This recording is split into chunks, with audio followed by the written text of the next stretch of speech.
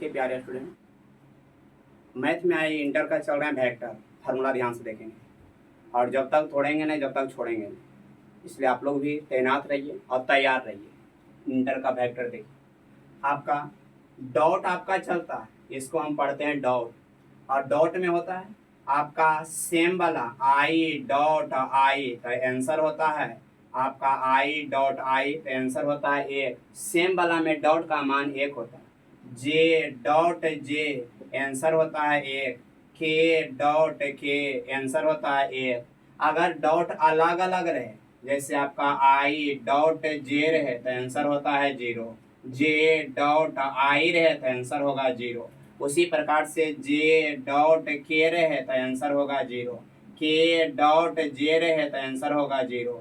उसी प्रकार से आप आगे चलेंगे, के डॉट आई रहे तो आंसर 0, आई डॉट के रहे तो आंसर हो जाएगा 0। यानी डॉट वाला सेम रहे तो एक और अलग अलग रहे तो 0। उसी प्रकार से आगे समझिए क्रॉस वाला, अगर हम पढ़ते हैं क्रॉस, अगर आपका क्रॉस पढ़ते हैं, अगर सेम वाला क्रॉस रहे तो उसका मान होता है 0, आई क्रॉस आई तो आपका 0, जे क्रॉस जे तो एकर आपका हो जाएगा 0, के क्रॉस के तो एकर हो जाएगा आपका 0। लेकिन अलग अलग रहेगा क्रॉस तो ओकरा में ध्यान देने की बात है। आई क्रॉस जे रहे तो आंसर होगा के, आपका जे क्रॉस के रहे तो आंसर हो जाएगा आई, आपका यहाँ से के क्रॉस आपका आई रहे तो आंसर हो जाएगा आपका जे। अब ध्यान से समझिए, लेकिन अगर अपोजिट रहे, उल्टा रहेगा, आई क्रॉस जे तो के, लेकिन अगर जे क्रॉस आई रहे तो आंसर तो के होगा लेकिन माइनस में होगा।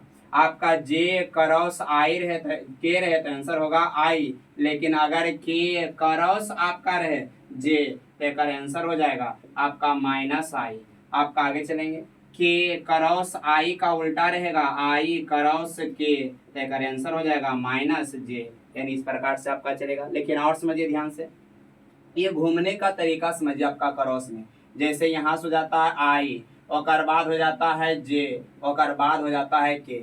यानी आप यहाँ से समझिए ध्यान से, अगर आई क्रॉस जे है तो आंसर अगला होगा के, अगर जे क्रॉस आई है तो अगला होगा आई, अगर आपका के क्रॉस आई है तो आंसर होगा जे। लेकिन अगर उल्टा घूर के बोले तो आपका होगा आपका माइनस में। अगर जे क्रॉस आई बोल दिया तो आंसर माइनस में, के क्रॉस जे बोल दिया तो आंसर होगा माइनस में। यानी सीधा घुरे तो प्लस में और उल्टा घुर जाए तो माइनस में। यानी दोनों सीधा घुरेगा और क्रॉस करेगा तो के होगा लेकिन आपका प्लस में। ये दोनों सीधा क्रॉस होगा जे क्रॉस के तो आंसर होगा प्लस में, ये दोनों सीधा क्रॉस होगा तो आंसर होगा जे प्लस में। यानी सीधा क्रॉस हो तो प्लस में और उल्टा क्रॉस हो जाए तो माइनस में। अगर वैसे नहीं समझते तो एक तरीका और समझिए, यहाँ से आपका अगर आई जे के, आई बताता है यक्स को, आपका जे बताता है वाई को, और के बताता है जेड को। ध्यान से समझिए, अगर आई और जे क्रॉस हो तो अगला आंसर होगा के, अगर जे के आपका क्रॉस हो जे क्रॉस के तो आपका आंसर होगा आई, अगर ये दोनों होगा तो आंसर आपका के होगा।